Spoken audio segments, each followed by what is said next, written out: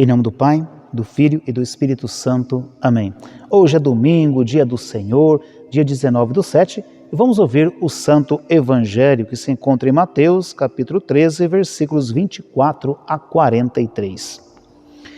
Naquele tempo, Jesus contou outra parábola à multidão. O reino dos céus é como um homem que semeou boa semente no seu campo. Enquanto todos dormiam, veio seu inimigo, semeou joio no meio do trigo e foi embora. Quando o trigo cresceu, as espigas começaram a se formar. Apareceu também o joio. Os empregados foram procurar o dono e lhe disseram: Senhor, não semeastes boa semente no teu campo? De onde veio então o joio? O dono respondeu: Foi algum inimigo que fez isso. Os empregados lhe perguntaram: Queres que vamos arrancar o joio? O dono respondeu: Não, pode ser que arrancando o joio, arranqueis também o trigo. Deixai crescer um e outro até a colheita. E no tempo da colheita, direi aos que cortam trigo: Arrancai primeiro o joio e amarrai-o em feixes para ser queimado. Recolhei, porém, o trigo no meu celeiro. Jesus contou-lhe outra parábola. O reino dos céus é como uma semente de mostarda que um homem pega e semeia no seu campo. Embora ela seja a menor de todas as sementes, quando cresce, fica maior do que todas as outras plantas e torna-se uma árvore, de modo que os pássaros vêm e fazem ninhos em seus ramos. Jesus contou-lhes ainda uma outra parábola. O reino dos céus é como o fermento que uma mulher pega e mistura com 3 porções de farinha, até que tudo fique fermentado. Tudo isso Jesus falava em parábolas às multidões. Nada lhes falava sem usar parábolas, para que se cumprir o que foi dito pelo profeta. Ele ia abrir a boca para falar em parábolas. Vou proclamar coisas escondidas desde a criação do mundo. Então Jesus deixou as multidões e foi para casa com seus discípulos. Lá eles se aproximaram dele e disseram: Explica-nos a parábola do joio. Jesus respondeu: Aquele que semeia a boa semente é o Filho do Homem. O campo é o mundo. A boa semente são os que pertencem ao reino. O joio são os que pertencem ao maligno. O inimigo que semeou o joio é o diabo. A colheita é o fim dos tempos. Os ceifeiros são os anjos. Como o joio é recolhido e queimado ao fogo, assim também acontecerá no fim dos tempos. O Filho do Homem enviará os seus anjos e eles retirarão do seu reino todos os que fazem outros pecar e os que praticaram o mal, e depois os lançarão na fornalha de fogo. Aí haverá choro e ranger de dentes.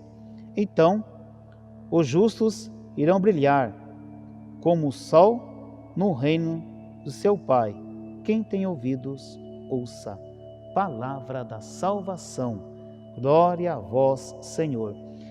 Queridos filhos, Jesus conta aqui 3 parábolas para mostrar assim que o reino de Deus ele é semeado de vários meios. Por exemplo, diz aqui que um homem semeou o trigo em seu campo. Alguém foi lá também e semeou o joio, que é semelhante ao trigo. Quando é pequeno, não dá para separar um do outro. Depois que cresce, aí dá para ver muito bem a diferença, o que é o joio e o que é o trigo.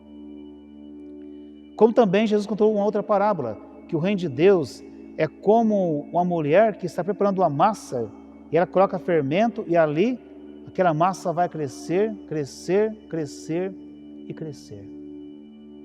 Ou como também o reino de Deus é comparado a uma semente de mostarda, que é pequenininha, mas quando cresce, se torna uma planta tão grande que ele vem seus pássaros para semear, para ali fazer morada.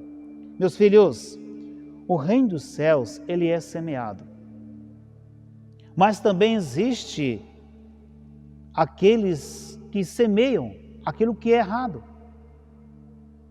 É semeado a palavra de Deus, mas também, em meio ao nosso mundo, ao qual nós vivemos hoje, é também semeado aquilo que é ao contrário à vontade do Pai. Portanto, a pessoa tem que ter o discernimento.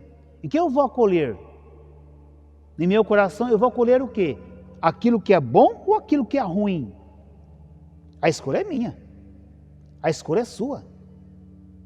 Para nós acolhermos o reino de Deus, nós devemos acolher o próprio Jesus. Se eu acolho Jesus, então eu não posso acolher aquilo que o mundo me apresenta. Eu não posso, eu tenho que fazer uma opção. Eu tenho que fazer uma opção. Ou eu faço opção por aquilo que o reino de Deus me apresenta, ou eu faço opção por aquilo que o mundo me apresenta.